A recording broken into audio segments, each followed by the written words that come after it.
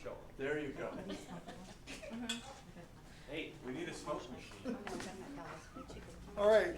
Hello and welcome to Saturday Night Live in St. Augustine, Florida. It is November the 12th, 2022. And our first speaker I'm going to introduce is Michael O'Connor. And I have a little story to share with him. Many years ago, we ended up in a hotel room together down in Daytona. And the reason is we got called in for an intervention by Medicare. And we got called in because I was the busiest chiropractor in St. Johns County. He was the busiest chiropractor in Flagler County. And when they ran the numbers, they were like, how could you possibly be seeing more patients than all the other chiropractors? But we learned a lot from that process. And I read a book called, I think it was called My Body Temple. And it was by the busiest ophthalmologist in the United States. He's down in St. Petersburg, Florida. And the book was about the top 10% of ophthalmologists do 90% of the surgery. And so chiropractic is like that too. Meaning if you're seeing a lot of patients, it doesn't mean that you're not providing a very high quality service. And I feel like when an office gets into the zone and the chiropractor gets in the zone, the level of service is actually super high because the chiropractor has like a laser beam focus. But if some students are listening, one thing I learned from that interaction was you have to do the research on your own to find out the rules about Medicare, how you're billing, because the only one responsible is you. Yeah. You have to find out all that stuff. And because you can go to an FCS seminar, they might give you false information. You could go to an FCA seminar, they might give you false information. You have to figure it out and do it yourself. But the big thing I was trying to lead into that was the sheer volume of patients that Michael's seen. The chiropractic students, you need to ask these experienced chiropractors questions because they've been through a lot and you can learn a lot from them. So without any further ado, from Flagler County, Dr. Michael O'Connor. I guess I probably pushed that way back, and that was I forgot all about that, because that was a bad experience. That was awful. It was so bad, because you talk about being on your own. Nobody could help. And at that time, well, I won't get into it, because it wasn't a positive thing at that time. And I'm sure it wasn't for you. We had to really dig our way out. But anyway, I was reminiscing today, because I was thinking what I was going to say to you guys. And I was remembering, I was going back. I did my internship with Dr. Tom Pastursky. Everybody know him, Dr. Tom? Yeah. Yeah, because your dad was like a good bud, and we used to hang out with your dad, and Walter Sanchez, and Dana Bechter, and B.J. Harmon, and Bobby Braille. That was like the crew. And going out with them sometimes after a get-together, like a DE or something, it reminded me of Kevin and I today, both getting up like this. They're all, the volume chiropractors were all like, yeah, you better take care of yourself, kid. Man, yeah. And reminiscing back, I remember Joe Felicia was one of my heroes. What an awesome chiropractor. And I actually wanted to get a photo of him. It's sad, there's hardly any pictures of him at all on the internet. And the guy was instrumental in the subluxation complex. But my reminiscent was that Dr. Tom, I was doing the internship, and he goes, I'm going away. He had a girlfriend at the time. He goes, I'm going away. You have to do my class. And I was like, holy crap. I mean, because he was a master of the new patient orientation. And he never had the same thing. He just talked to the people. But it was so, I fell in love with the guy. And he goes, you're going to do it. You can do it. And he had interns. He had a couple interns and a doctor. There were doctors all, and he asked me. So luckily, I had talked to my awesome wife, who, by the way, I want to give her acknowledgement, because let me tell you, honestly, there's We have done everything together. She should be up here telling stories and stuff too, because it's like she's actually my right arm. And we've been married 36 years, 4 amazing children. We just had our first grandson. And she's put up with me, like buying Joe Felicia's. At that time, I had nothing but debt, 2 little girls, and we didn't know it, but a little bun in the oven at that time, which is my only son, Nick.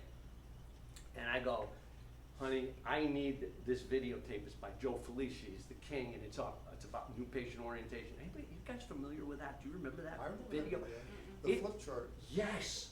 And I paid $400 for that. And at that time, that was like 40 grand. That was like 40 grand, you know, because I was, what, not 70, 80,000 in the hole from school already, you know. And I was doing my internship. But anyway, she said, yeah, whatever you need, go. And Joe got this, he had this system, and it was, you talk about to the T, the flip chart, all right? You had to write all this stuff on the flip chart, and he had you even going, when you talk about the subluxation, you go to the left side of the chart because it's negative and your voice goes low. He had all the inflections and intonations and everything. It was a science on getting this, basically the principle of chiropractic and the danger of the subluxation. I love chiropractic. Yeah, that's how he always would start that way, yeah. I love chiropractic. And he'd come up to people, he says, and go up to the front row and touch them. And Mary, you know exactly what I'm talking about. Doing all these things. Anyway, you ask her, I was in the living room with the flip chart after I'd drawn it all out, practicing. Because I was terrified. You know, it was like the first real, but anyway, I rocked it. And I'll never forget that, because all in those early days when we moved to Palm Coast, and I took over a practice that was, it was going under. It was listed in the paper. My wife found it. She goes, I found a practice. You get $50K salary, which at the time was like, oh yes, we can put gas in the car. We can stop eating spaghetti. We can do some things with that. We can start paying off student loans. $50K plus a nice percentage of whatever you bring in. But we went up and interviewed, and the practice was going under, and I was full of confidence, though. I'll tell you one thing, life, I don't mean to plug certain schools, but I'm a graduate of Life. That school, I'm so grateful I went there, because it prepared me. There wasn't a thing I was afraid of. I would adjust like Gonstead a fracture if I had to, underneath the, you know, I was a gondroid in school in those days too. But anyway, the orientation went really well, and we got some new patients. And so I continued that in our new practice. And at one point, and now I'm going to give homage to this guy over here, he will forever be a dear person in my heart, because I had gotten, in 1 year, I got the practice up to 180 people a week. And I was frustrated, because I'm used to Dr. Tom, like 180 was the day, a bad day. And I'm like, why can't I grow this thing? I'm doing everything he did. What is going on? And so I called Kevin, and I said, I'm a new chiropractor, I'm over in Palm Coast, can we meet? And we would go everywhere to learn. We were just hungry to know. We'd drag our kids, we'd buy them lunch. And I said, I'm buying you lunch. And he walks in with like his staff, and I'm going, oh my God, I gotta pay for all these lunch. He said, oh no, you're not buying my lunch, I'm buying it. He bought my lunch, he sat down, he went through with me. Basically what he did was he said, settle down, you're doing awesome. You've got 180 patients coming in less than a year, and you're doing great. Just keep doing what you're doing. Don't think about that. And you know, I gotta say that I never, honestly, never thought about, because I wanted to pay back my student loans or making money. I knew that if we gave people, because it was drilled into us at Life, you know, just give and serve and love out of your abundance. We would do all sorts of, we would just give services away. We'd say, you know, people who didn't have extra money or whatever, we'd say, listen, can you pay for 1 visit a week? If you can, okay. I want you coming in 3 times. Just pay for that 1 visit. We gave our hearts and soul to that practice, and it grew and grew and grew. And I'll always be grateful for you, for just being so kind to us and open. You know, it really touched us at that time. We were like, wow, you know, because he's a great chiropractor, and he had this successful practice, and we were obviously very impressed with his jacket and his pins and Give me that jacket. You'll see it in a few minutes. You'll see it. Hang in there. So okay. Well, I want you to know it's amazing that I'm even alive, because I come from a family that is, I am half Irish and half Italian. And my parents had to elope to get married, because in 1960 when I was born, look at how I adore my father. Yeah, that's me. And, but that was outlawed. It was like, you did not marry, an Irishman did not marry an Italian. My grandfather O'Connor was a cop, his father was a cop. I think my grandfather said 27 words to us in the whole time he lived, but he showed his love in other ways, you know, but he was that old Irish cop, and he'd come in at night with a huge guy with his revolver, and in those days the billy club and everything else. And then my grandpa Felici over here, and my grandpa, they were old school Italian. They, you know, my God, my mother's gonna marry an Irishman. So it's miraculous that they two got together, and my childhood was crazy, because they eloped, the families wouldn't get together, and then when I was born, everybody was curious about the baby. And I am getting to a point about this. I'm not just telling you a story about me, okay? My wife's going, yeah, sure.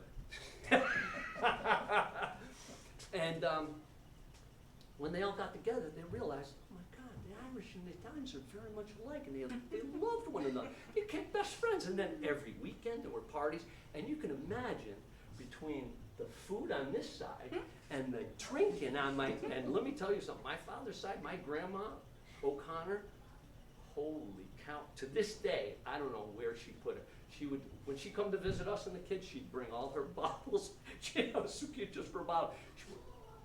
And she wasn't like that, like a lush, right? She just enjoyed her nightly drink. But anyway, we had a ball. What I'm getting to is this. I grew up in this old world. Nobody took medicines.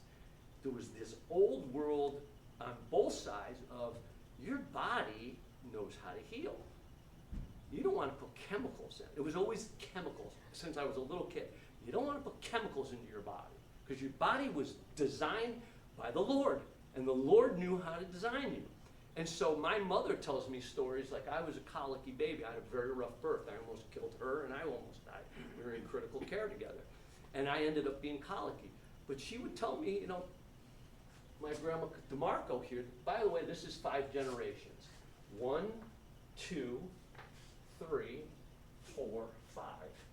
Pretty cool. Yeah. And I lived, I mean, she lived long enough, my grandma Casella, I used to take care of her on Wednesdays when my aunt's bowled. But even then, it was like she was on no medications. Nobody took medications. They did, and this side of the family always saw chiropractors. But we never went. It was kind of a thing for adults, unfortunately. And it was always a thing like because of pain. They never talked about, you know, energy, releasing energy. But that's okay. It was instilled in us. And I think because of that, well, I'll get to that in a little bit. But that's how we grew up. When, in 1973, I was 13, my sister was 9.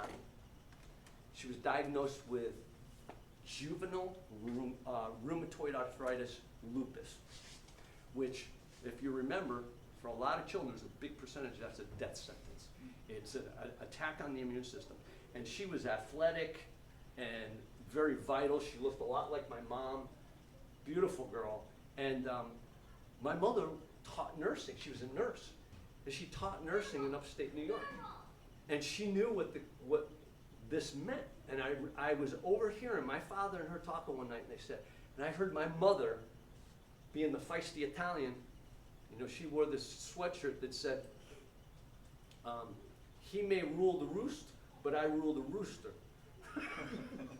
Corny, but it was really true. She's going, I don't care what you think. She's not going to the medical doctor. This is a nurse. And a couple years later, I come to find out that she had forged, talk about Nazi woman. She forged our medical doctor's signature on all of our immunizations. We hardly had any immunization because she saw the results of what went on with immunizations and shots. So that's the type of woman she was. Keep that in mind.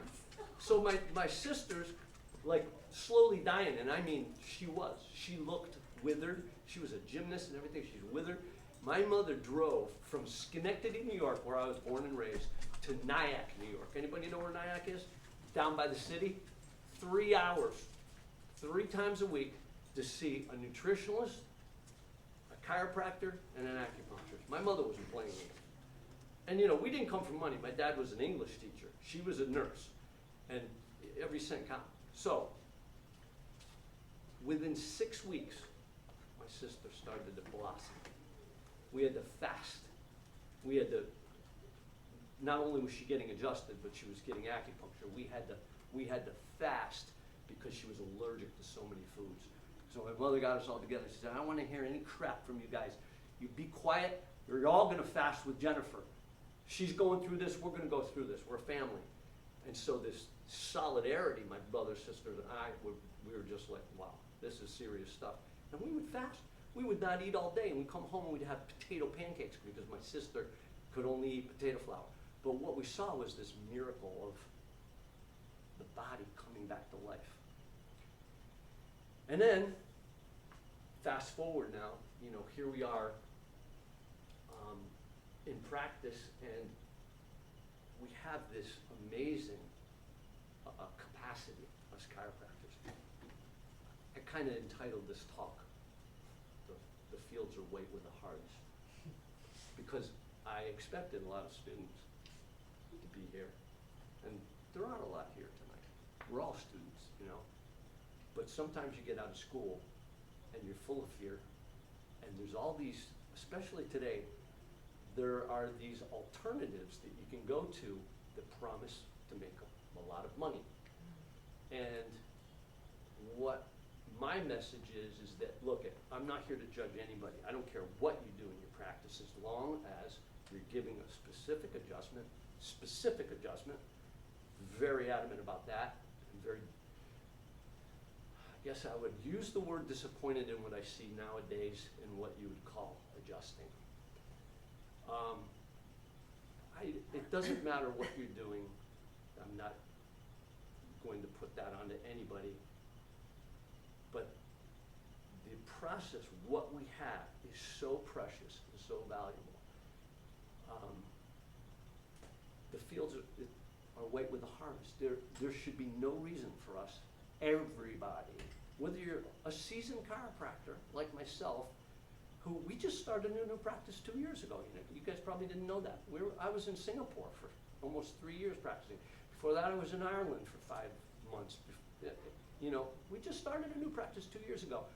It doesn't matter what age you are. When you have the principle within you, and you're able to convey that principle and following through in your own life, because people, and you know this, people, I use the term smell because we grew up with that. They smell you if you're a phony. If you're talking one way, they smell it. I smell people. Are you kidding me? I'm pretty good at smelling people, okay? Yeah, somebody's telling me one thing and they're doing another. You can see it a mile away if you're in tune, okay?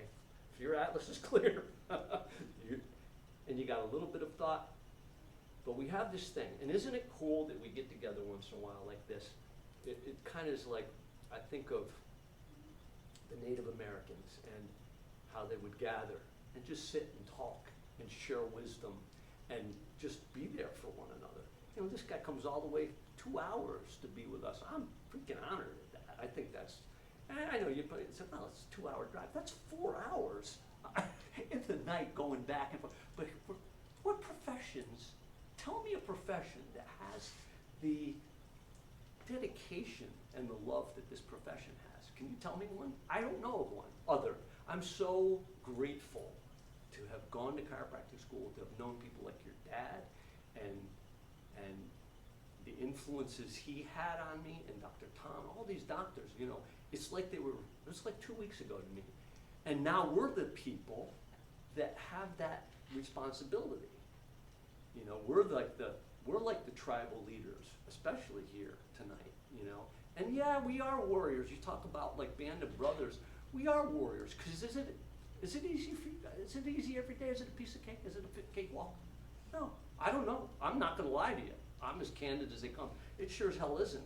And the older I get, which I'm still extremely young and vital, you know, I will never admit I'm old. I'm gonna practice till the day I die, by the way. I've already told my wife that. It may be 2 days a week, but I'm gonna practice till I die. If I won the lottery, I would be in that practice. I really would, because I'm in love with what I do. I love what we have. And we get together and we do these things, and so, you know, there's never been a better time. Would you agree with me, guys, that this world needs chiropractic? They need not just the adjustment specific, but they need the philosophy, the talk of what we're doing. It's not just, you can be an awesome adjuster. I've known some awesome adjusters. They aren't able to influence and change people's lives just by the adjustment. I know. You have to adjust in here as well. And there's a whole, and I hope that I can speak to you like this, but part of the reason I show you this is because you can imagine in an Irish-Italian family, God played a huge role. We were Catholics. And you know, I say that like, ooh, Catholics. And it's not that. It's that we really had, I mean, I can't ever remember not having this faith in the Lord, in God. And one of the things that attracted me to Tom Pastursky, if any of you remember him, he loved God. He would talk about, he wouldn't use universal intelligence, innate intelligence. He said, God, Jesus within you, God within you. And I love that, because if there's one thing, if you are a Christian, what is your number one duty? What is your number one purpose every day when you get up? You know what mine is? I hope it's yours. It's to glorify God through what you do. Through your marriage, through your relationship with your children, through your adjustments. Glorify God should be number one. At least for me it is. And so what am I saying?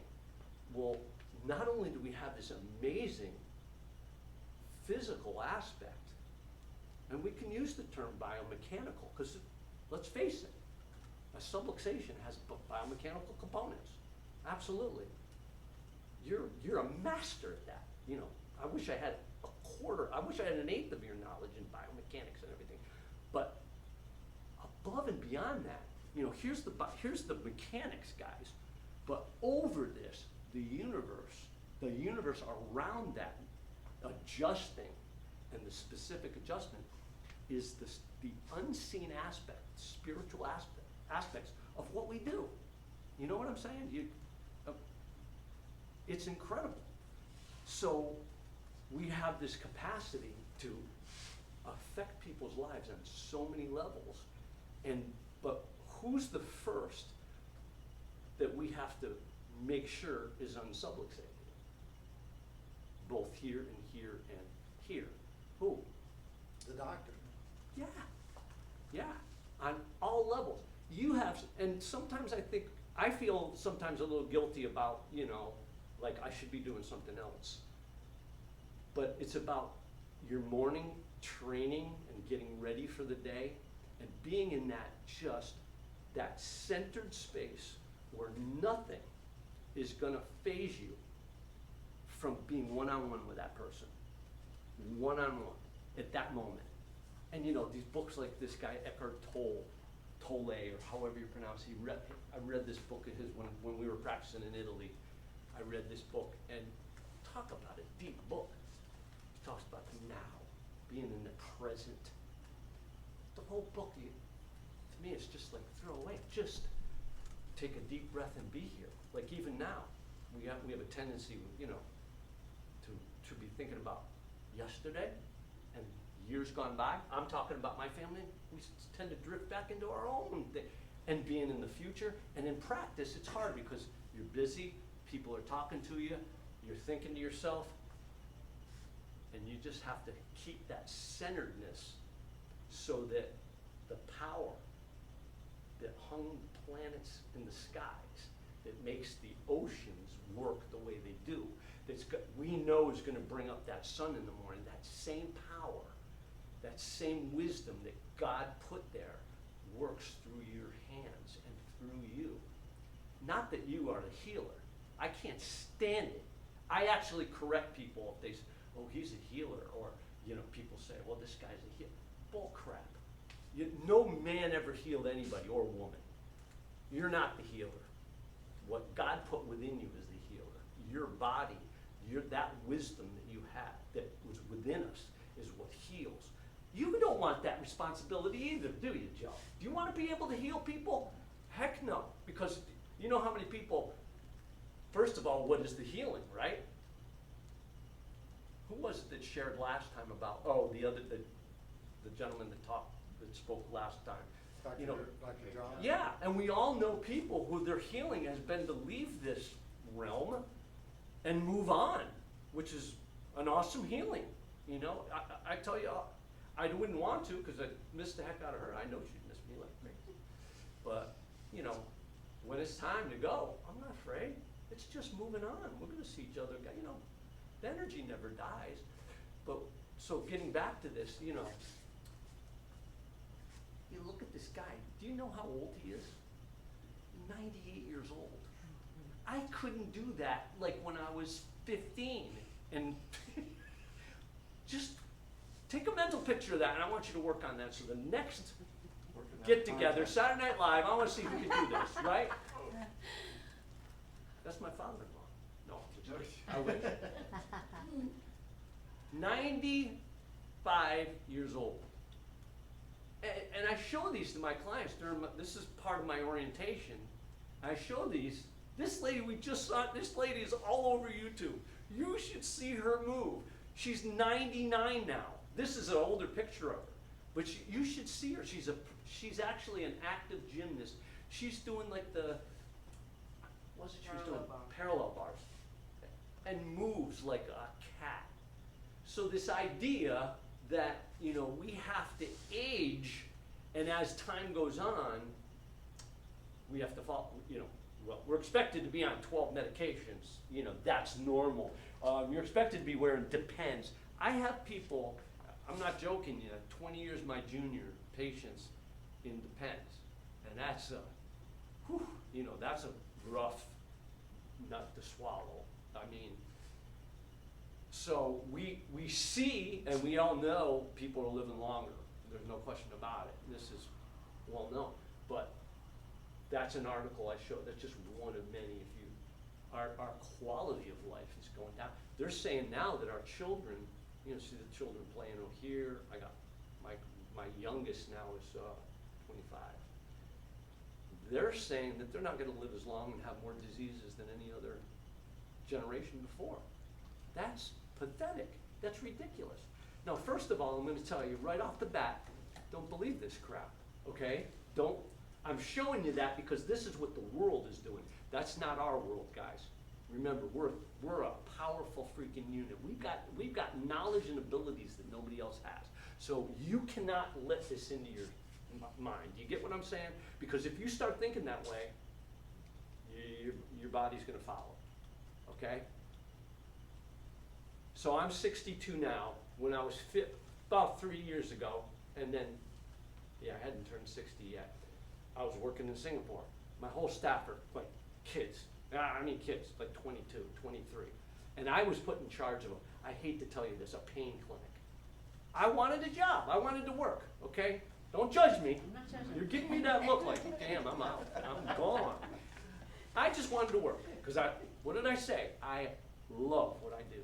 And they gave me the opportunity. Listen, it's not easy for a 59-year-old guy to go online and get an interview and get a job in a foreign country. But she's Singaporean. She was like, let's go back and see your family for a while. And at the end of the day, we took care of a lot of people. It was a pain clinic, so we were doing a lot of flexion, distraction, decompression, red lights. It was a protocol that I had to follow. But here's the catch. You guys listen to this too. Nobody, and I told them this, there's two absolutes. If you want me, and you do, I promise you, I'm gonna work like you never saw anybody work. Two things. I have to have music when I adjust. And nobody can tell me what to play. It's where's your table? That's my realm. I always tell her, get out of here, this is my realm. You get over there in your realm, that's your place. This is mine. I choose the music. So that was one. Second one is I have to have a patient orientation. They have to come, you have to let them, you have to understand that that's a must. I'm not gonna bug them, it's not gonna be like, you're required, we're not gonna see you. I don't believe in that. But if you're good at what you do and you love what you do, they'll come. Because they're like, wow, this guy's serious about this. And I always called it my advanced healing class.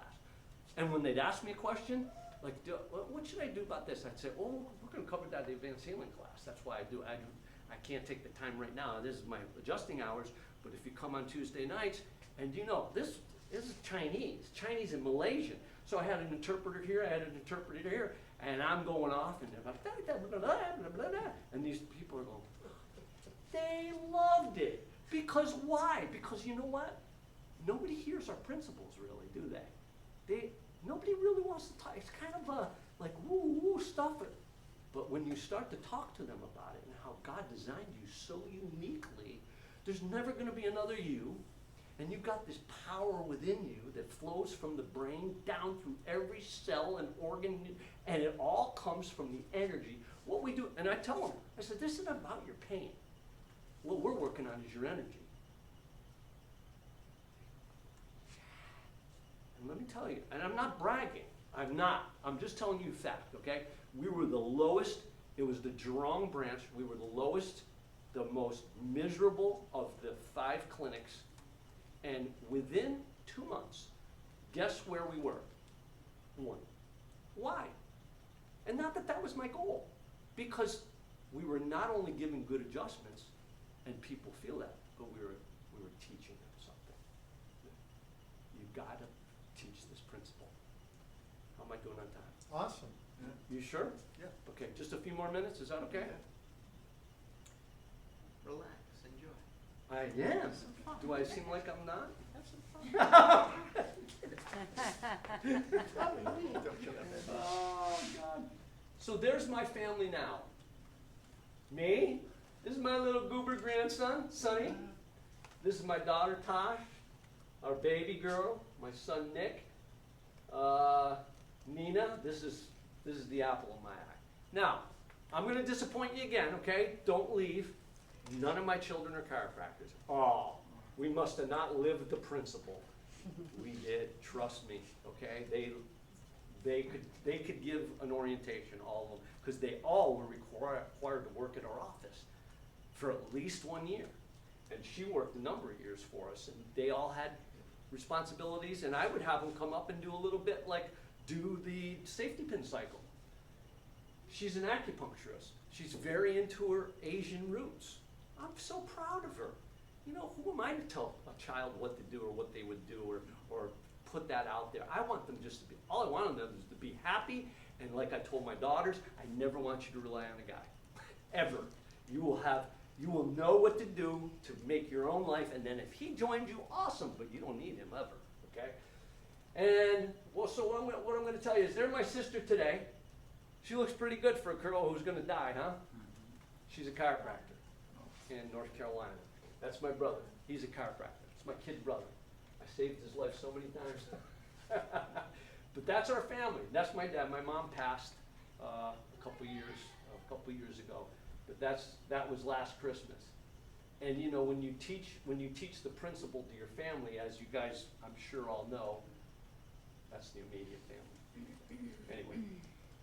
So back to if you're teaching the principle, and this is, I will end on this, okay? We all know this guy, Dr. Emoto. And, you know, he did this work, the study on water crystals, and we've heard it for like 20 years. It's old, I know. But I love that. I keep it in the back of my mind every day. I think of Dr. Emoto. I think of the studies that they did on wine, that they did on patients in hospitals, in major university hospitals, New York City, Boston, on prayer. And the different people didn't even know they were being prayed for. and they monitored who got better. What am I getting at? Look, trust in him. Trust that he will work through you, and he is already. You have to own that. If there is anything you have to own, is that, first of all, God loves you more than you'll ever know, okay? And he only asks, he doesn't need anything from us. He doesn't need a darn thing. He's God. But what he does ask of us is this: faith in him. Faith. It's easy to talk about faith. But how easy is it when, like our daughter's sporting 100, almost 105 fever, and you've adjusted her? And I don't know if you guys have been there with your children. It's damn scary. And I'll brag on that woman right there. I was ready to rush that kid to the hospital. I was terrified. Because my love is enormous. And not that hers isn't, but something about her culture and her ability, she stays, you know? She was like, no, you ain't going nowhere. You just settle down, you know? She had a Caesar. And how many parents of yours do that? They have these issues. And if they don't, they might remember what you say. And I always tell my clients, look, we don't treat anything. But I'll tell you what, if my child is ill, the last thing I want is interference in that body. So you call me. I don't care if it's 3 o'clock in the morning. You call me and I will be there for you. Let me tell you something. How often does that happen? Hardly at all, sadly, right? You'll hear about it the next day or so. Or they'll bring the children in and stuff. But the principle is this, is that he only needs your faith, and he needs you to give him credit and honor and glory. And I can't do it any other way. That's why I'm talking about this tonight. So I'm not going to sit there and say universal intelligence and innate intelligence. God created those. Those are products of his bounty to us. But here's what I am struggling, okay? I struggle. Why? Because I tend to be an emotional person. I love this country. My dad, my brother, and I stood on Zio Beach in Omaha Beach 2 years ago, and I never saw my dad shed a tear, I don't think. And we were all like this in pride of our country and what boys did on those beaches. And how, when you live in I lived in Italy, you lived in Italy, it's an awesome place, but it's far from perfect.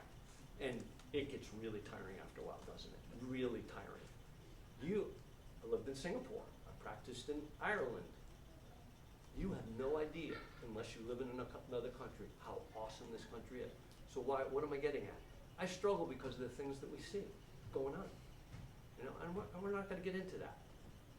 But I can't stand it. And you know, our forefathers got up and did something about it. They didn't sit out and say, oh, well, he's my neighbor, she's my neighbor, and it's okay. So I struggle. Every day I got to get up, and I got to do, Sid Williams drilled it into us, you know, the breaths, doing the breaths. Centering yourself, letting go of all that crap. And when I come into that office, and I can talk up a storm, I'm a get on plus, you know? But when the first thing I do is I put my hand on that patient and I just, thank you, Lord. Give me wisdom, open this child of yours up. That's it. And I visualize, because our visualization is faith in action. And it's real. When you talk to a water crystal or wine, or you pray for a person, there is energy, and we are in the energy business. So you put your hand on that person and you picture them becoming whole. I see a white light all around them, God's healing energy. I don't care where it is. I don't care if there's cancer. That's not my business. It's not your business. I don't care if they have a headache. But what I want is wholeness. I want to restore that. And so when I go to make that adjustment, and by the way, I check. I use all sorts of tricks of the book. I don't just lay a person on the side. Oh, turn this way, turn that way. Oh, yeah, this. That's an insult to what we do, guys. And we got to teach the younger people.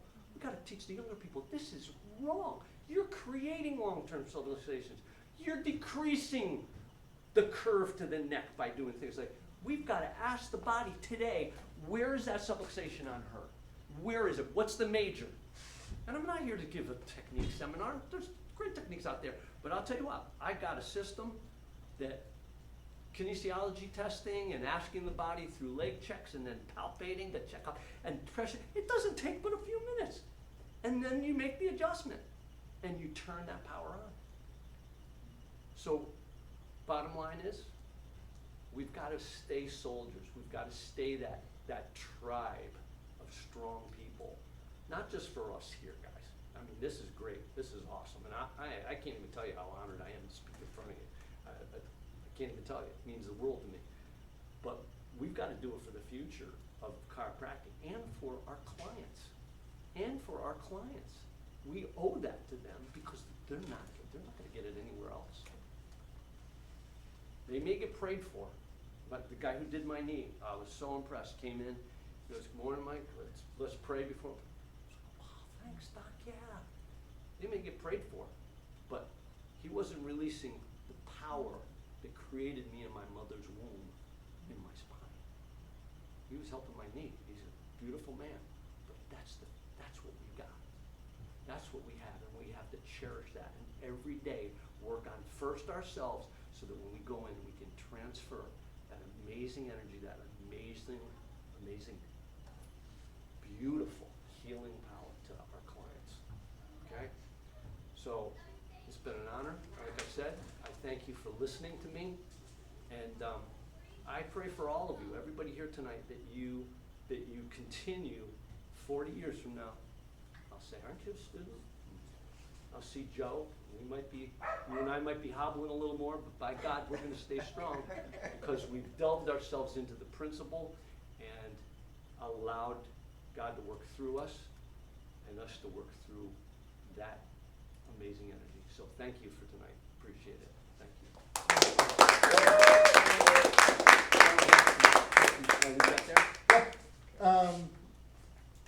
A couple months ago, Dr. Paula, when she came up and spoke, she talked about the new patient orientation. And I had stopped doing mine during the pandemic. And, there was always something missing from the practice. And so for the last few months, we got back to doing it. And it has really been awesome. And like you were talking about, the patients, just the fact, they're like, you're actually doing this? You know what I mean? Like they're blown away. Your commitment. You're actually holding this class for me, yes, to teach me this. They're just like blown away, and the stuff we have to teach them is unbelievable. One of the things you were talking about when you're getting in the zone to give the adjustment, I feel like when you're giving the adjustment, I always get the feeling like my subluxations in that second are all removed from me. You know, it's just like you get in the zone and you can't think of anything. You're thinking about the patient. And when you talk about a volume practice, people will see somebody having a volume practice and they'll be wondering, like, what's the gimmick? You know, there's people like lined out the door, there's benches outside, you know, what's going on here? And you cannot force it to happen. You cannot force a high volume practice to happen. It requires a total connection in the practice with the doctor. You know, you can't advertise your way to a high volume practice. It's all about the connection. The new patient orientation has been a huge part of it. I highly recommend it. So our next speaker is Kevin Fogarty. He's the past president of the Florida Chiropractic Board. He's the current chairman of the board at Life College. He is a graduate of the Palmer College of Chiropractic, and I always have to talk to him about that because I went to Palmer, he went to Palmer. It's called the Fountainhead because all great leaders graduated from Palmer and then they went off and led other schools. I got something from Palmer in the mail. No, one of the reasons I give them a hard time about Palmer is I have insecurity because their rugby program has been so good. I played rugby at Palmer, so I have to razz them a little bit because they've won a lot more than we have in the last few years. But I got this from Palmer, and everybody know what the Wyvern is? the wyvern. So the wyvern is the mascot of Palmer. It's a baby dragon. Okay? So it says on here, why is the wyvern late for Thanksgiving? Because it's always dragging its feet. So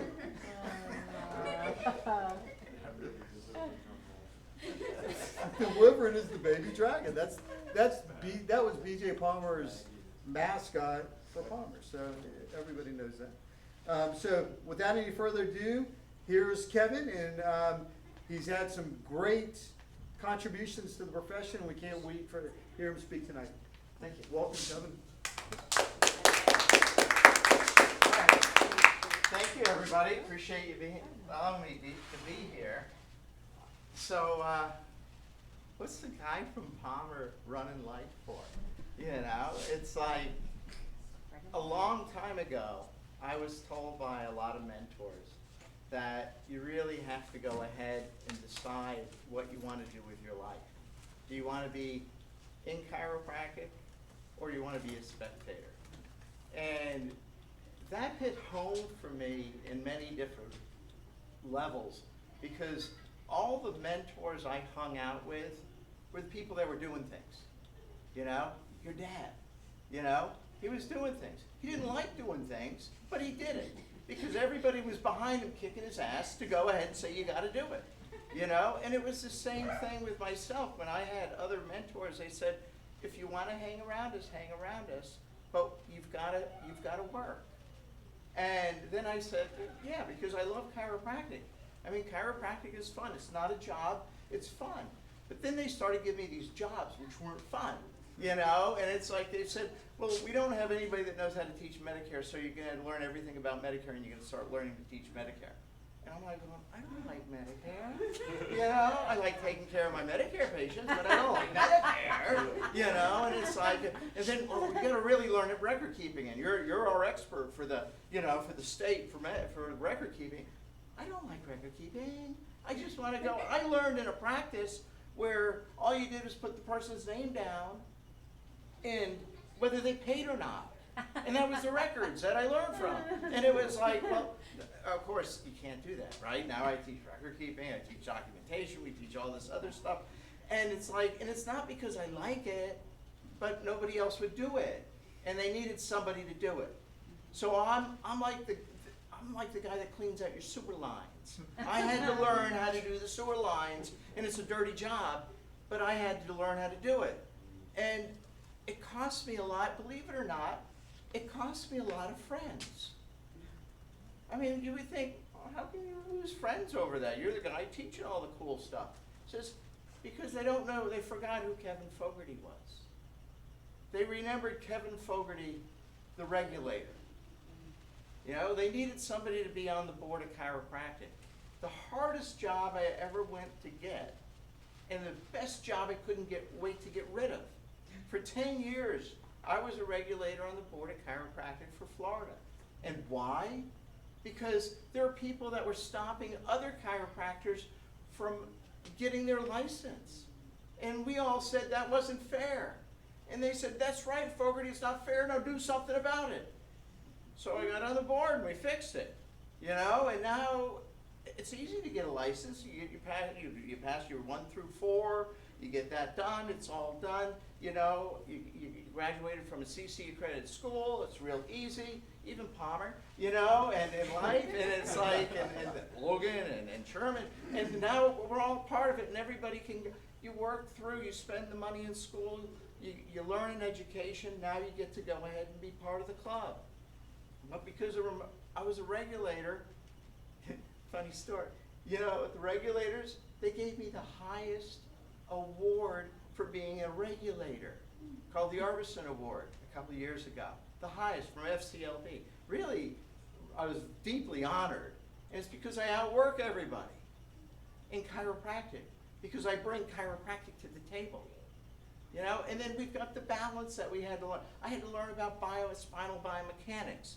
You know, and it's like, so I got my diplomat in that. Then I got certified in spinal whiplash trauma because I wanted to do the heady part as far as that's concerned. Well, that wasn't good enough because you got to have that balance, right? And it's like, well, then I got to learn about philosophy again. So so Fred Barge said to me, Kevin, you're getting too heady. And it's like, you've got to go ahead and learn more philosophy. So we went ahead and I got my PhD, PhD in philosophy back through Palmer. I went back to Palmer to go ahead and learn to do that. But along the way, people forgot who Kevin Fogarty was. They just remember me as the guy that chaired the board of chiropractic in the state of Florida for 5 years. They just remembered that we had to regulate people that were just a little silly with their licenses, weren't paying attention. That I was a guy up there from the stage putting on record-keeping programs or learning about, you know, trying to help people from day to day, my day-to-day experiences, so you wouldn't get in trouble with malpractice. Yeah? And along the way, even Kevin Fogarty forgot who he was because I knew deep down who I was. So here's what I'm here to do tonight, and for everybody in TV land out there, and for those in the way in the back there, so I'll speak up real loud, is like, let's talk about Fogarty's top 10 leadership laws, you know, which I've learned over the years, and now ready to next year practice with my 38th year in practice moving bones and getting sick people well. So law number 1, don't take yourself too seriously.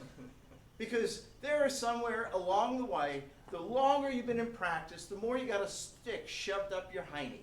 You know? You've got to learn to lighten up. Why did you get in this practice? Why did you want to become a chiropractor in the first place?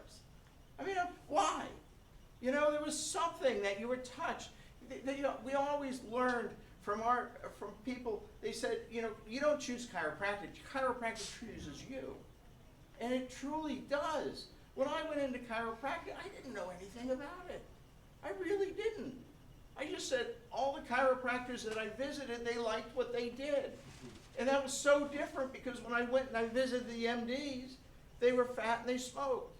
When I did the orthopedics, they were just not happy. They were looking out their end game. The dentists, they were miserable. Nobody likes a dentist except the day you hurt, you know? But everybody loved the chiropractors that I visited. And I said, deep down, I want to be loved. So I want to be a chiropractor. But we've got to have fun along the way. We hang out. We did the Camino de Santiago with, you know, I walked the Camino with chiropractors. New beginnings. We have a great time with that. You know, a philosophy group up in New Jersey, Jim DeBell, you know, and it's like, we do that, we have a Halloween party. You know, and I do have a thing for nuns now. And I did, and I went to Catholic school. I mean, look at these knuckles, you know, it's like, and the nuns, they would say, Mr. Fogarty, would you come up here, please? And if you move your hand, I'll hit it twice. And they would hit the ruler, not like this, but like this, you know? Or they'd pull the ear and they'd clear out eustachian tubes, right? They really knew about that way back when. You know, I've got a friend that's a judge, and he's on my board for Life University. And yeah, I love Life University. I still love Palmer, but I love life more. You know, because I know that I make an influence with our board. So we have fun. As a kid, I was a cut-up. We have fun. I'm the short guy, in case you didn't realize, okay? But it was like, and anybody that remembers Animal House, Cat, you know, Toga, Kappa Tappa Brew, that's what we made up. It's like, you've got to remember your roots. You got to remember what made you passionate. And you've got to continue to keep that passion when you go into practice. I see so many people that are, you know, they say, would you go over to my practice and look at my practice? And I said, yeah. And they're like this, they're robots. And it's like, well, where's the passion? It's like, where's your love for what you're doing? It's like, crack a smile. Tell people to say, have a good day. You know, you're going to get better. You know, the power's turned on. You know, see you tomorrow. Tomorrow Yeah, I'm going to see you every day this week. That's what it takes. Your spine sucks. You got to come in more often. That's the way it is. But you got to lighten up, and it's got to be fun, and that's what we all have to do. And so, number one, let's have some more fun. And groups like this is fun. You know, I know you were saying, oh, you drove 2 hours. You know, and it is, yeah, it's 2 hours. It really, I was sitting there saying, oh, okay, 2 hours. But when I'm here, this is fun. This is just sharing. This is like, I get so much from your story. I get so much from your eyes. You know, I get so much, you know, from, yeah. Anyway, so it's like, but you know, it is about fun. So everywhere, everything I do, I'm bringing fun into that chiropractic realm of all the aspects of what I do. And that makes it fun. Law number 2, dreams make it possible. Be careful what you put out there. Be very, very, very careful. Words are things. You gotta be careful what you express. So here I am in graduation. That's me over here. Yeah. All right, throwing the cards up, and this is Palmer, right? And I was like looking at everybody sitting at the dais, you know, and McAndrews, he was our president back at the time, and you know they had a guest speaker, and he gave, you know, and I'm like saying, that'd be really cool to do that one day, be on a stage like that. Well, go back, you know, another 30 years, and who's on the stage at graduation now, giving the diplomas to Dr. Scott, and that is real, and I got a cool hat. You know, they actually lowered the podium for me. You know, that was the first time they had to give me a box to stand on. But it is really cool. That is, how many people can say as a chiropractor that you get to do that stuff? That is fun. You know, and being chairman of the board of Life University is fun. Because we have a good group of people, and what we do is that we get to keep everything chiropractic. You know, you've got to play the game with standards and everything else, with CCE and SACS and all these accrediting agencies. And I'm here to tell you, Dr. Scott, I'd never want to be president of the university. It is just a mess. It just sucks your soul. But being chairman of the board, I'm the boss's boss. So the board actually gets to do things to make a change, and we make a difference, just like you make a difference, and you make a difference, and you make a difference. All of us here today make a difference, and anybody watching, you make a difference. It's a matter of making a difference. You make a difference. You gotta have fun though. Lighten up. And you got to be careful about making sure that you don't allow somebody else's reality get in your way. Because how many people are the naysayers there saying, you can't, you shouldn't, you don't? Yeah, what's the first word we're taught as little kids? No. And then we go ahead and we start teaching everybody, all the kids, contractures, right? Can't, don't. And I used to say to my daughter, there's no such word as can't. Because 75% of the word says, you can. Think about it. Maxine McMullen taught us that way back in chiropractic school. And she said, you can pass anything, you can do anything, you can. And she's absolutely right. So my daughter, Sarah, she's in school, they're teaching her contractions, and they says, we're gonna let, and the teacher writes can't on there, the nun. And Sarah says, and it says, what, Sarah? What's the matter, Sarah? And it says, well, there's no such word as can't. And Sarah, I just wrote it on the board. Well, my daddy says there's no such word as can. Because 75% of the word says you can. Teacher had to leave the room. They were laughing so hard, and I get a call the next day. You know, but that was good. But I mean, you don't know what kind of impact you make with people. You've got to speak your voice. You got to dance your dance, sing your song. It makes a difference. We had a chiropractic table always in the house, and a portable table, and my kids are playing chiropractor. You know, because I got adjusted once a week. My family got adjusted once a week, or at least checked once a week. And, you know, and any of our extended family got the same thing. So my kids, they said, well, I guess we're supposed to check everybody.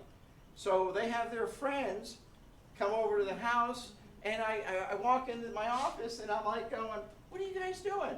And they're all playing chiropractor. Now, I said, well, this is the orthopedics kids that are 2 doors down from me. The wife is a dermatologist and everything else. I says, guys, maybe we don't want to say that. So we go ahead and we get them all out of the house. They go out the house, and then here's Brian. He goes ahead and he says, hi, kids, what are y'all doing? And the kid so innocently says, we were playing chiropractor. It's like, yes. You know, and it's like, but I mean, that's where the mentality is. That's the fun stuff. So law number 3, it's the law of tithing. You've got to tithe. You have to. You have to. You have to. If you want back in your life, if you want richness, if you want fullness, you have to go ahead and give. It's the 10% rule.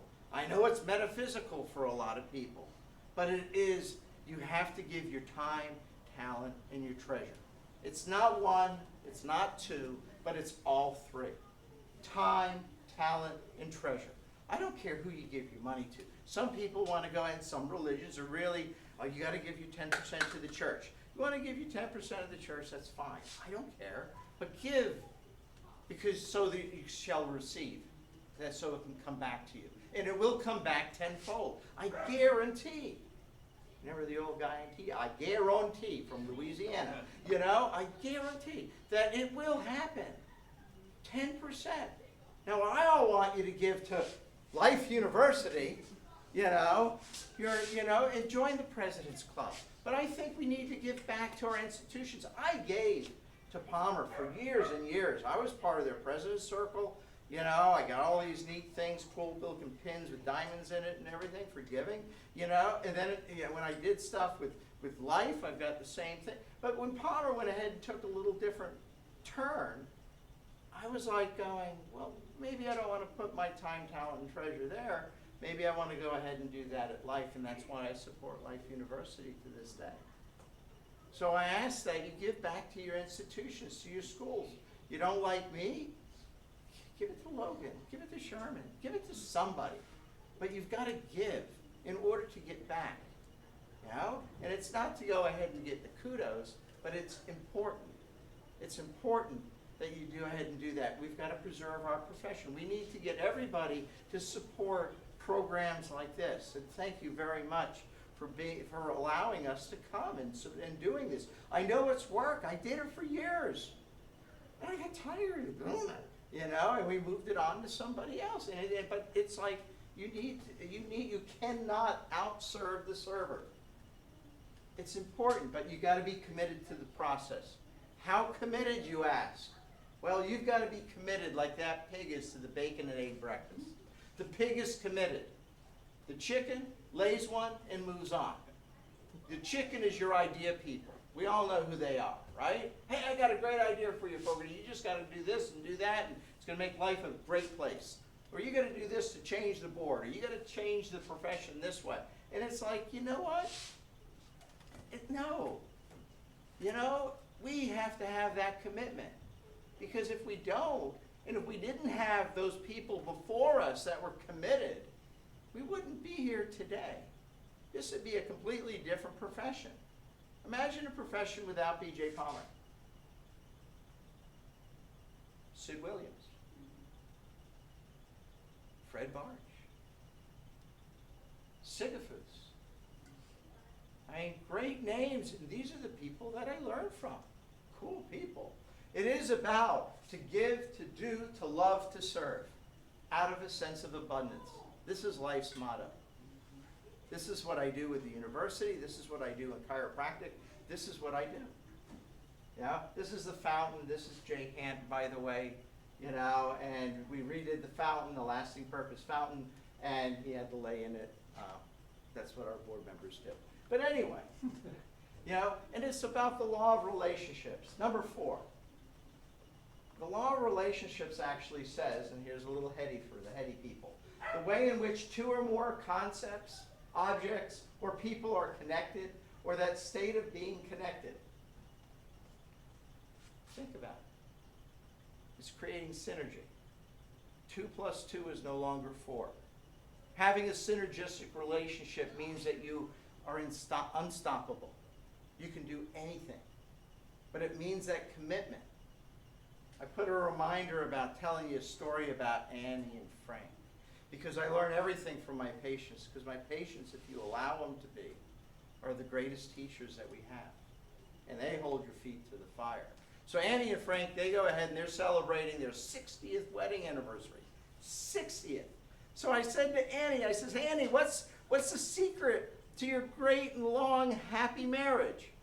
And Annie pointed a pretty old finger in my face, and she said, it's 60% give and 50% take. Now you do the math. And she walked away. Think about it for a second. If you do anything, any relationship, and give 60%, how is that relationship going to be? And imagine if you're with a partner that's going to give another 60%. It's magical. It is truly, truly magical. So many people get in relationships that, okay, it's a 50-50. That's a bunch of bull. Because as soon as somebody drops the ball, the other person's getting a little resentful because they feel like they're doing more. You're supposed to do more. Michael, you're supposed to do more than for your wife. It's your job. Get over it when she doesn't do what she's supposed to do. It's your job to do more. It's your job to do more in your relationship. It's my job to do more in my relationship. And that includes professionally too. Because when we do that, and then you get with a couple people, then it becomes magical. So Annie and Frank. So if you want to go fast, you can go alone. Old African proverb. If you want to go far, go together. So let's all go together. Yeah? You need to have 3 to 5 solid friends. Solid friends. And here's the test. Call them up in the middle of the night, tell them to bring a shovel and the line, and see if they come. Up north, right? Those are solid friends. You have to have solid friends. Cultivate those relationships. And don't expect them to go ahead and give just, whatever it is. You're supposed to give more if you want to have those relationships. Call them up. Send them a love note. Go ahead and just say thank you. Makes a big difference. And I got more than 5. So watch out if you cross me. Yeah. 5. Number 5. You got to seek out mentors that matter. And that's remember what chiropractic is. It's a philosophy, science, and art. And you need mentors with all of that. But that also includes, you've got to do it spiritually. You got to protect yourself. You got to do it financially. You got to do it emotionally. And you got to have it for your personal life too. I've got mentors. I've always had mentors. Always. I remember going to, and you might have been at that one dinner. They always said just hang out with people. Just go to dinner with them. And it wasn't that they were paying for it, so you paid for your own dinner, but I wanted to be next to people. I just wanted to just rub up against them and just get the juice or that little extra oomph that they had. And it's like, so here we're out with Sigafus, and there's 20 people down the thing, and he's out spouting and yelling at people and everything else. And then all of a sudden he goes ahead and he turns to me, and he says, "Who the hell are you?" And I says, Kevin Fogarty, and I'm friends with, Bob Rayola and Pastersky, and then, okay. And then he goes on spouting off and everything else. I mean, I learned how to smoke cigars from Ian Grassam, I mean, I learned how to drink great whiskey from Fred Barge. A beautiful story with Fred. I mean, everybody knew, I hope everybody knew, Fred was he was second generation, right? But because his dad was a chiropractor. But here you had not only his dad is a chiropractor, but he had aunts and uncles and all these other relationships. There was like 30 of these people in the Barge extended family. Tell me I don't want to learn something from Fred Barge. So I would go ahead and say to Fred, I said, Fred, you know, and he always liked Cavassier, you know, so it's like, it's a cognac. Okay, region of cognac, you lived in Europe, don't you know? Anyway, so cognac, so he liked the Cavassier, and that's because he was a little cheap, right? It's like, but he loved Remy Martin, which was a step ahead of the Cavassier. So I would always go ahead and say, Dr. Barge, I got a Remy Martin for you. Can you come to the bar with us? And he would always say, well, of course, Kevin. It is time for a libation. And he would go ahead, and we would go. And Audrey, his wife, she drinks Chardonnay. You got to know these details, right, if you want to hang out with the big dogs. And he would just tell us stories. And I would sit at his feet, just listen, literally, because everybody's now crowded around. And he would just tell stories about the old days. And that was just so cool. And I wish that we could record that somehow. But like, those were really cool days for me. Those things, those talks, is why my brother became a chiropractor. Because he started hanging around us at DE and everything, and with you know, Williams and all the DE people, and he said, wow, I want to be a chiropractor, you know, and so he's a chiropractor down to this day. Really cool stuff. But I've got financial people. People think that, you know, as a chiropractor, you're not supposed to be wealthy. I'm telling you, you know, guys, you're supposed to be wealthy. But Fred would say, Kevin, you're not going to get rich in chiropractic, but you will go ahead, chiropractic will afford you a great living, and from that great living, you make investments, and the investments is what gets you rich. You don't cut the corners. And that's something that all our young people need to learn today. Don't cut the corners. It's a lot of money. We know that you've got student loans. I had student loans. You had student loans. You know, it's like the reality of it. But then you go ahead and you make them, you serve, provide the service, the money will come. It truly does. You've got to provide the service, and you've got to have that mindset that people will show up. But it means you've got to knock on some doors, shake some hands, kiss some babies, right? You know, you do the whole thing. But these were mine. Chuck Brivley was one of my greatest. I mean, I went to his programs, his interwinter programs, and it's like I still love hearing him because Chuck is just so, you know, there's no bullshit there. I mean, it's like he is just hardcore as far as that. My good friend Tom Clapp that just passed a couple of years back. I mean, these are, you know, Hoffman, you know, who, it's like these are the people, Jimmy Gray, these are the people that I grew up in chiropractic with. Get your pictures, and I learned a long time ago, is that if you have the mentors, get a picture with them and put them up in your office. And I used to do that. You know, and I had all these pictures of all these different mentors and everything else, because when I had a crummy day because I was fighting with an insurance company or whatever, I would look at the picture and say, what would they do? Tom Pastorsky. How did I learn to go ahead and see more than 100 people a day? Follow Tom. Learn how to do 200. Ooh, that was a lot of work, you know? But man, he did it, and he loved it, and he did it because out of service, which is great. And don't reinvent the wheel. I keep telling my daughter this. You know, Caitlin is a wheel reinventor. The wheels are round. I mean, inherently they're round. You can have a big wheel, you can have a little wheel, you can have, you know, fat wheel, but they're wheels. You know, it's the same thing. If somebody goes ahead, here's a story, you know, about, because a successful mentor will tell you, you know, how to do it. And so here we go ahead and we call up John Hoffman and we say, John, you know, I've got this, what do I do for this? And he says, do this, this, and this, and give me a call when it's done. So you go ahead and you call him up and you ask him another question, you know, a couple weeks later, and he said, what did you do with the other one? Well, I did this, but this didn't quite work. Click. And he hangs up, you know? And I'm like, oh, comparing notes with my friend Jay Han, he did the same thing with Jay.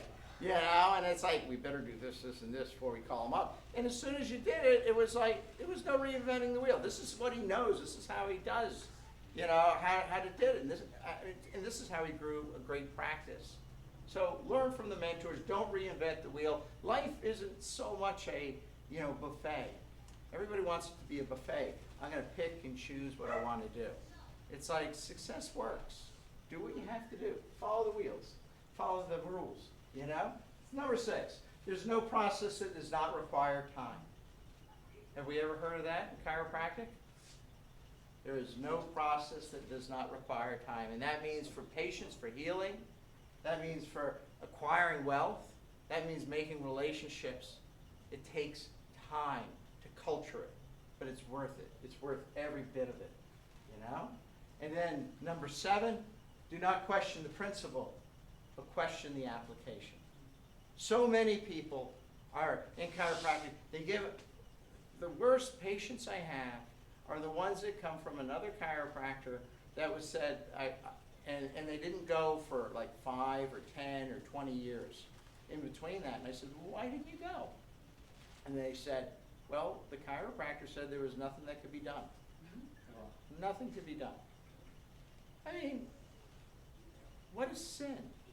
They deprived people of getting adjustment, of getting their power turned on by having their life force working the way it's supposed to reach their full potential. Isn't that what we're supposed to do? You give the adjustment, you get out of the way. You turn on the power and allow that healing to occur. But you know, if they're not getting the results that they should, in your estimations, if they're not holding the adjustment, well, maybe if they got a scoliosis, you got to talk to Dr. Hartley. Maybe if you want a bigger heart or the European method, you got to talk to Dr. Mike there. Or how about Joe, 2nd generation? Think he picked up 1 or 2 things of his father screaming at him all that time? Maybe 1 or 2 things, you know?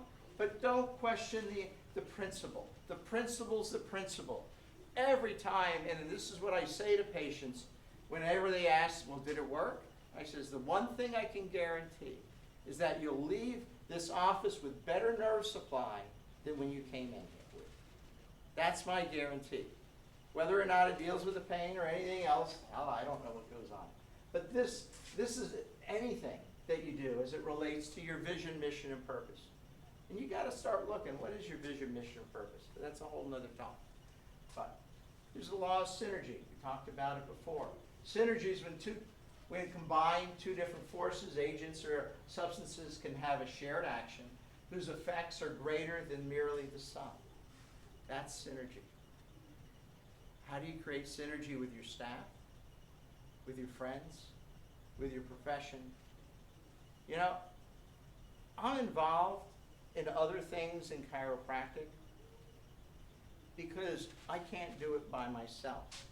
And it fulfills me to go ahead and, when I was working with the board, to work with the board, when I was president of the state society, when I was doing that stuff, and now when I'm at Life University, and when I was doing it with Palmer, it fulfilled me because it makes it, when you're around great, like-minded people, all of a sudden, everything is just, it's exponential. It truly is. So I challenge you all, get involved even more. Spouses, you're not going to like that. But get involved. Time, talent, and treasure. That's what we got to give back. Because I've got a great board. There's 16 of us on the life board. You know? And I'm telling you, that's me. That's Dr. Scott. He's a tall guy. And I'm right here. And so it's like there's 16 of us on the life board. And they come, and most of them, there's probably only a third of them are life graduates. Most of them are from other schools. From National all the way, you know, to Palmer, Logan's. I mean, we have different people, New York. They do different because everybody brings a little something special to the table. And that's what we want. We don't want the same people. We want to open up everything in here. You got to take time in your life to sharpen the saw. Stephen Covey said that. You know, great book back there. The more you take time for yourself, the more you can go ahead and take care of others. Think of a mother. You know, we're all docs, we're all taking care of mothers, and the mothers are just exhausted because they're always giving to the kid. They're always taking care of the family. I got to take care of my husband. I got to take care of okay, we got to do both. We're taking care of our spouse. We're taking care of the kids. I'm taking care of the dog and everything else. But they don't take time for themselves. If you don't take time for yourself, how can you give to other people? If you're completely worn down and ragged, it's not going to work. The more you take care of you, the more you'll be able to take care of your family, the more you can take care of your practice. It is important to go ahead and do that. And there's never, I was told this a long time ago, and I say it to myself, there's never a good time to take off. There is never a good time. So I'm going to Egypt right after Thanksgiving, guys.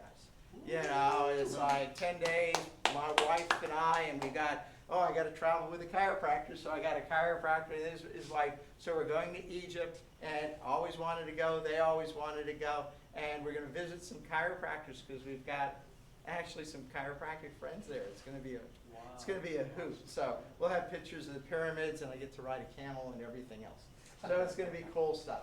There's also number 10, the law of accountability. You have to have accountability to yourself, to the profession, and as Mike says, it's to God, you know, the Great Spirit, whatever you want to call it. You've got to watch your thoughts because they become words, watch your words because they become actions, watch your actions because they become habits, watch your habits because they become your character, and watch your character because that's who you are. That's who you are. You know, moral integrity is something that's on the inside of you, not on the outside. It's doing the right thing when nobody's looking. You know, hey, I had a friend of ours. We were in Kentucky. We were bourbon tasting the other day. You know, and it's like, again, more time, right? So it's like, there was this old guy that we went to the restaurant a couple of days, first thing for breakfast. Really nice guy. He was like the mayor. He sat in this table right by the door. He always greeted everybody. It was really nice. By the third time we were there, I said to the waitress, I says, "He's giving his check." And it's like, and we left without any recognition. You know, it's paying it forward. Have you ever done that with a veteran that you saw? Have you ever done that with just somebody that you just had a sense of struggling a little bit? You know, it's not to make me feel good. It's because it's paying it forward. It's giving back. You know, it's just, and just be truthful to the whole things.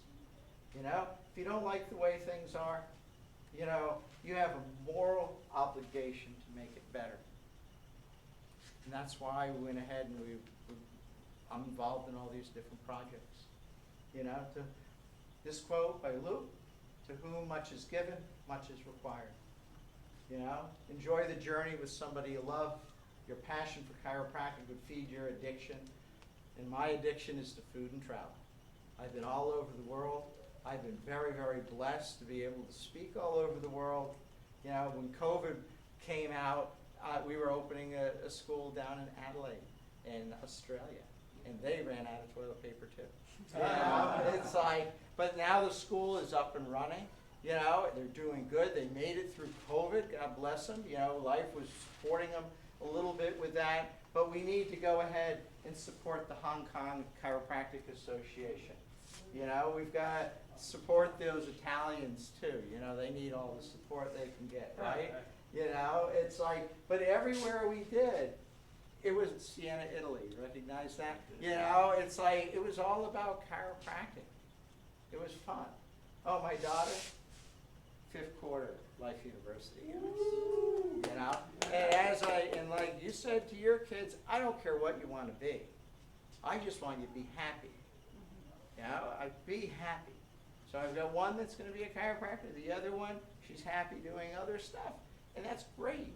You know, I just want them to be happy. And the same thing, I always said, I don't want you beholden to no guy. You know, you stand on your own 2 feet. You know, that's so important. But it's about La Familia. It's about going out and having fun. And we have dinners all the time. We have people. We were on the Camino. We did that. That's fun. Those are the memories, and that is more important. I remember there's always room. An old Italian saying, there's always room for one more at the table. Always room. I don't know if you knew, my mother was Sicilian. She came over on the boat, you know, right after World War II. Non mi stupisco se Sì. cuoco. See? Those are real talents. So anyway, I love to cook also, so if you ever want to come over to the house, it's fun. And I was able to marry the girl of my dreams. You know, it was like I swore I'd never get married again. But anyway, Lily, she's been in practice over 30 years. I've known her for 30 years because she's done things with the Chiropractic Society. She's sorry she couldn't be here tonight, but she had to go down south to take care of her mother. But you've got to be inclusive. And I think this is the big thing I want you to tell all the other leaders out there. We've got to be inclusive of our relationship, not exclusive.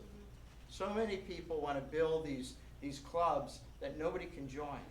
We need to go ahead and have more people join the club and not be judged for what they do.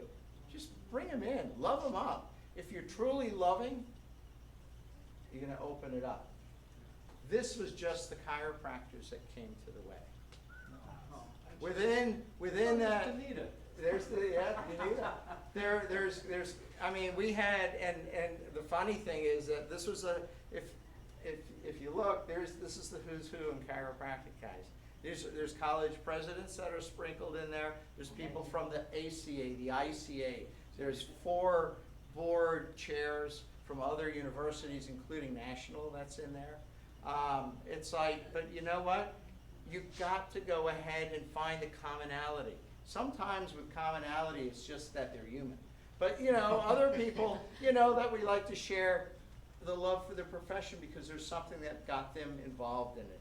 So we did that over in there. We'll leave you with a quote that we never know how far-reaching something we may think, say, or do today will affect the lives of millions tomorrow. The other part of it is get the big idea. You know, it is better to light one candle than to curse the darkness.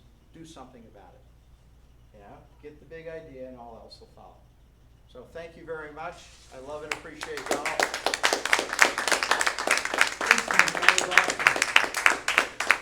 All right, we're gonna have this on Facebook and YouTube.